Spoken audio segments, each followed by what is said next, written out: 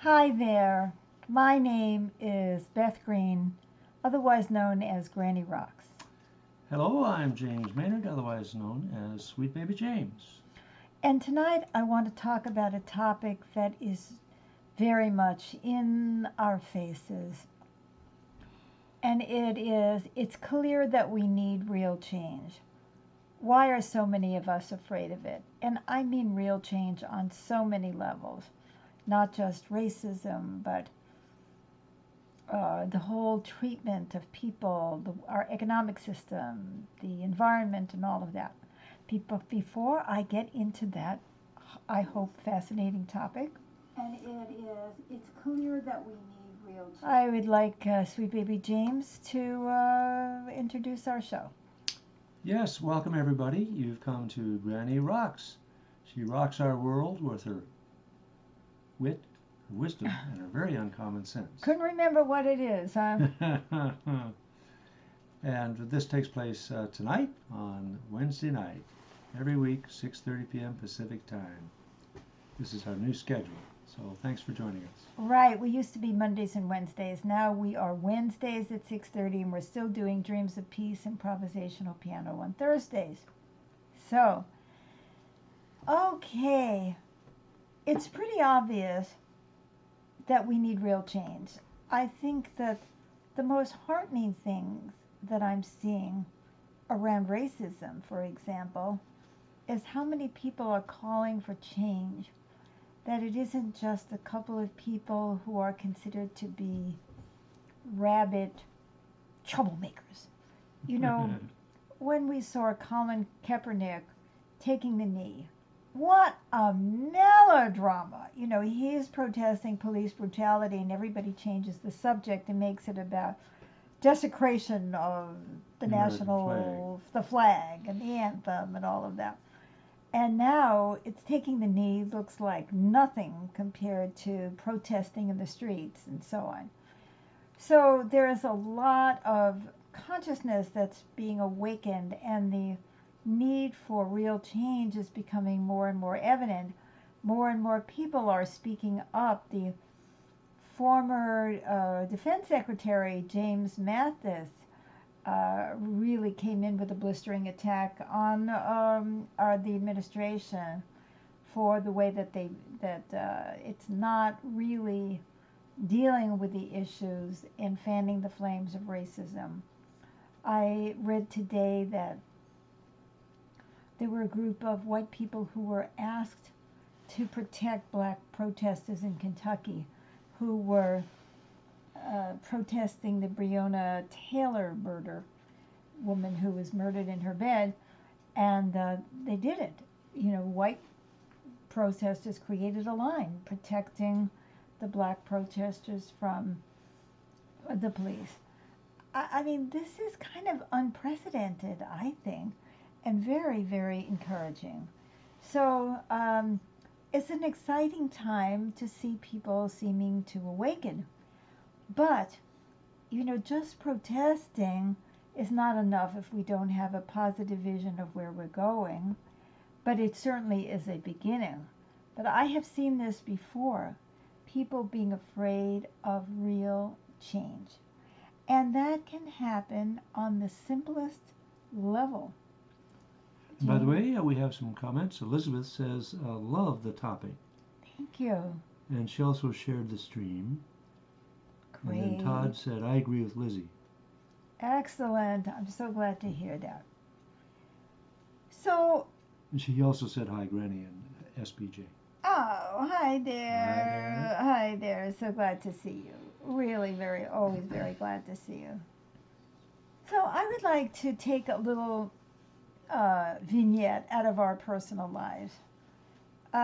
You know, we have a puppy, and it was chaos around here trying to decide whether or not to get the puppy. We were in and out, afraid of the change.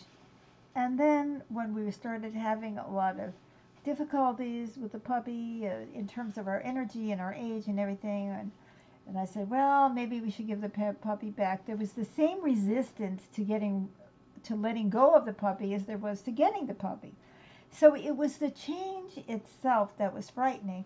And I really want to take a look at that. I mean, I suggested we get a back door to our house. I'm not saying it's a good idea, but the first response is no. And I have seen this so often with my clients that the first response to everything is no, we can't do that.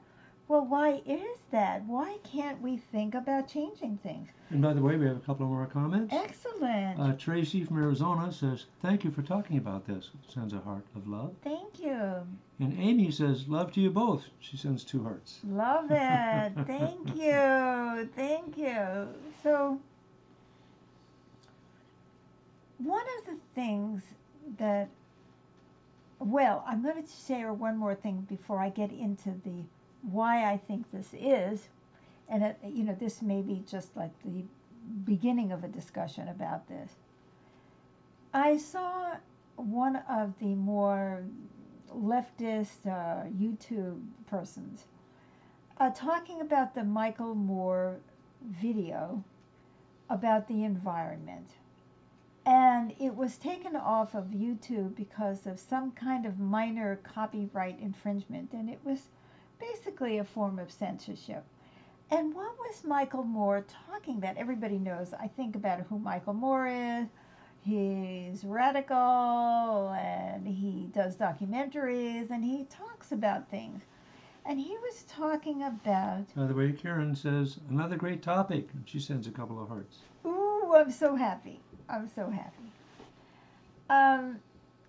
And in this video, according to this Kyle Kulinski, right, that what was controversial was that Michael Moore was attacking aspects of the green movement. How much fossil fuel is actually being used? How many trees are being burned? And so on. And how much pollution is put into the air by the burning of the trees in order to create the biomass and so on. And this was very striking, guys.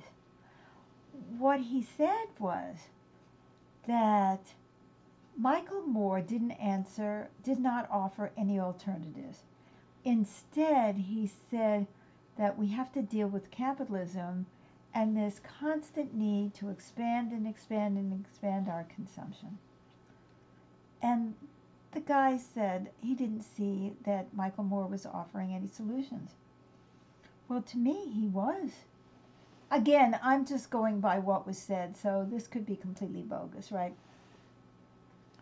He's saying we have to stop being so focused on consumption and production in order to reduce our consumption of everything, including green energy, including solar panels. Like, what is happening when you do these solar panels?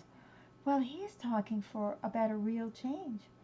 And the commentator said he wasn't talking about anything. He wasn't offering a solution. It sounded like he was offering a solution.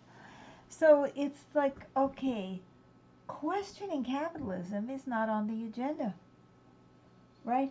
In fact, everybody is talking about how we can have a Green New Deal and feed capitalism, make more and more people rich in a different way. So isn't that interesting? You know, when you think about it, how much do we ever really look at real change? And what is the problem? So is everybody with me on this? Yes. Okay. And one of the things that really strikes me about this topic is that there are no sides. So you can't get into some kind of simplistic thing like, oh, the green movement is good and fossil fuel is bad. They were even talking about how much fossil fuel they were using in order to have this Green New Deal, right? But also, I think it has to do with knowing your place and feeling at least you know where you are in the world. Oh, and we have a message from Lar. She says, thank you, Beth and James. Much love to you always. Well, Thank you. Lar. Same to you. Yes. Yes, and it looks like we have Oh, another and we have another one comment. from Yasin. I am concerned about the current state of America. Hopefully it will end in peace. And she sends hearts of love and roses and namaste. And Elizabeth says, I am with you too. And Jose says, hi, Mama, God bless you. Oh, thank you, Jose. Well, thank you, Elizabeth. Yes, well, of course we want peace, but there cannot be peace without change. We only replicate the pain of the past. You know, in my book, Living with Reality, which is a free download on my website, and all you have to do is go to my website, bethgreene.org, and you can download that book. I remember talking about something like, if pain were enough to change humanity, we would have changed a long time ago, right? The drug addicts who are shooting up or are snorting cocaine or whatever are causing untold pain to themselves as well as others. But the change that it would take in order to stop doing that seems to be very daunting, isn't it? So this is an important topic because it goes through everything in our lives. Are we willing to look at monogamy? Are we willing to look at the power relationship between parents and children? Are we willing to look at the gay people and that power increase? One of the things that has happened that is really extraordinary is that we have more and more minorities, for instance, on the police force. And so many of these people are coming forward and walking with their brethren, right? So that this incremental change in the number of minorities in the armed forces, in the National Guard, in the police, is having an impact. It's it doesn't look revolutionary, and yet there it is. More and more women in positions of power makes a difference, and yet it's so frightening. We have the situation where a couple of years ago we had all those rapes, of Indian women. And, who could deny the pain of that? We have, on the other hand, things like female genital mutilation and the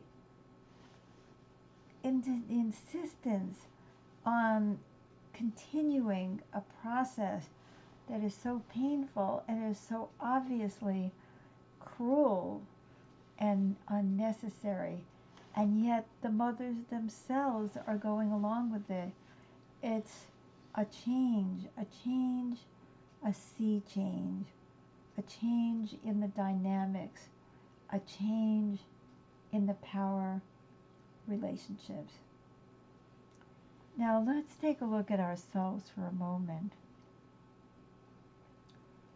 How many of us are willing to face everything being thrown up in the air? Really looking at what might be a solution. Very few people look for solutions. More people look for how do we patch up the system so we never have to change anything. What's wrong with thinking about changing capitalism? Who ever said that capitalism was going to be here forever? For example, right? There is an assumption of white supremacy in not only our nation but in many places in the world. And we've talked about using our power in order to help the whole. And those people in Louisville who stood between the protesters and the police were using their power as white people to really protect those who were being abused. Racism is not new. It's been going on since slavery. We got rid of slavery, but we didn't get rid of the power dynamics between blacks and whites, did we? We have gotten the vote for women, but we are truly struggling to change the power dynamics between men and women. Now, why are women and men both afraid of changing that power dynamic? What would our world look like? I know who I am in this world. I know my place.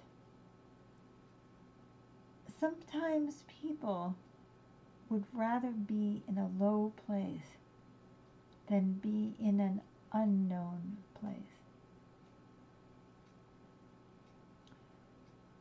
Often people would rather be in a superior place than consider the possibility of what a world would look like if they were not in a superior place. Why are we still doing the same things over and over? Why are women still dressing in a certain way or wearing makeup? You know, so many women who joined the corporate elite have acted either like men or have used their sexuality in order to get ahead. None of that changes anything. So I'd like you to take a look at what kinds of things have you noticed about yourself. Why are you afraid? Now, some people just love to shake things up, and they're open to it, and that's kind of exciting, really. And by the way, we have a long comment in Arabic, I believe. Yes, I think it is. And we can't understand it because it's not translated, but I will respond to you later. So, you know, sometimes people actually like to shake things up, and why is that? And yet even those people may be willing to shake up. Let's say I want to change the arrangement of the furniture in my house, but I may not be willing to change the power dynamic between me and my spouse or my mate or my children. Do you have anything that you would like to share about this, James, before I go on? Well, I think there's a tendency to want to hang on to the status quo out of feelings of insecurity. And it takes some courage and motivation to really make a stand and advocate for change. And take a risk that by doing so, the conditions could be better, but maybe less under your control. Right. I know my place. I know my place. I know what to expect. The kind of change that we need today is big.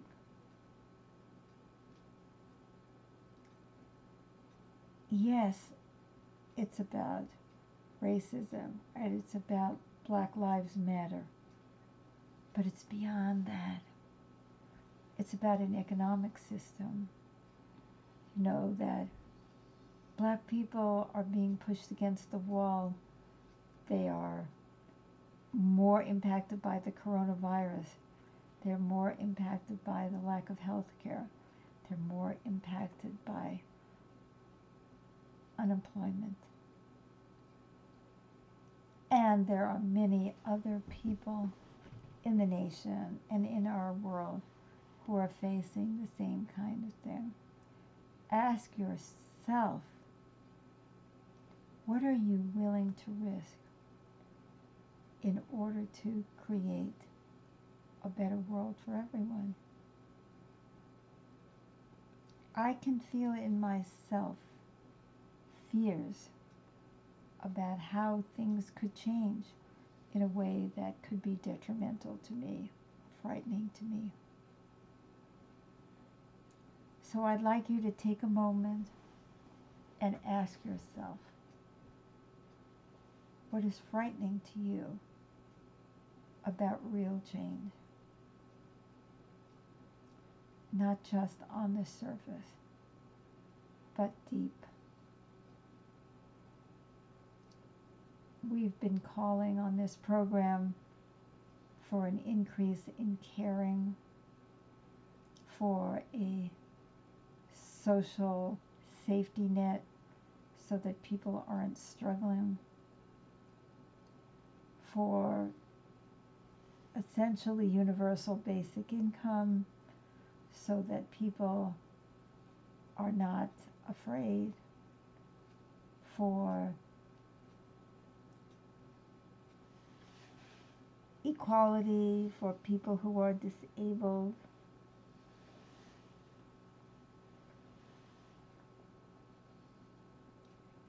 It's an equalization. For every one of us who feels like we are on top of someone else, more powerful than our child, or more powerful than our spouse, or our employee, for every one of those things, we are also facing the possibility of our reduction of power in relationship to someone else. Might also produce any kind of resentments that exists if you're in the one up position, somebody's in the one down position.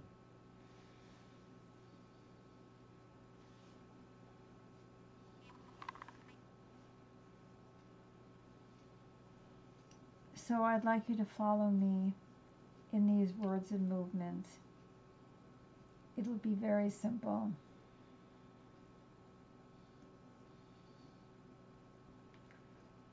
And say these words.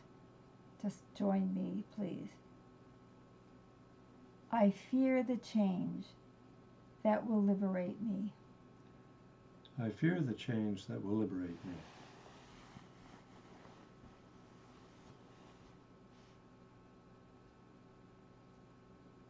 The challenge we are all facing is whether we want to climb the ladder or tear it down.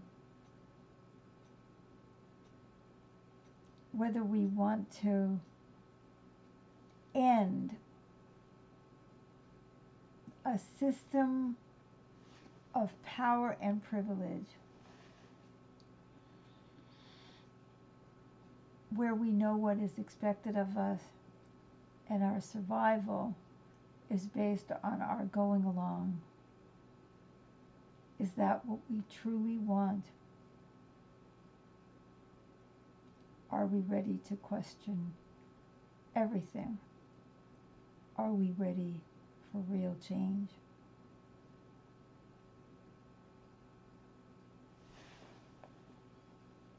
Please come back again next Wednesday for Granny Rocks. Please be also aware that at 7 p.m. Pacific time, we have a group called Seeing Through New Glasses. I lead this group. We go into a deeper place of healing on all these topics that we talk about. So it's Wednesday night, the show, and then a discussion group afterwards where we also have healing processes. And it's a video conference with details there on the Facebook post. Yes. And so it's an opportunity for you to see each other, see us, see Beth, and chat back and forth. And get some real healing. Real healing. Around our fear of change. Yeah. And every other topic that we talk about. Yeah. And also I want to remind you that on Thursday nights, I have We are broadcasting Dreams of Peace, improvisational piano music, and we invite you to come and feel inspired and empowered. We had another comment from one of our listeners, viewers. Ilan says, "Love you!" Exclamation marks. Love how you think. Thank you. Thank you, Ilan. I love you We too. love that you resonate Yes. and think along similar lines. Thank you, everyone who has come tonight. Please share this program. Please like it. Please love it. But don't just like it like, okay, oh yeah, that's great, very cool. It's like share it. Take a stand by sharing it with others, whether you think they will like it or not. This is something we need to hear.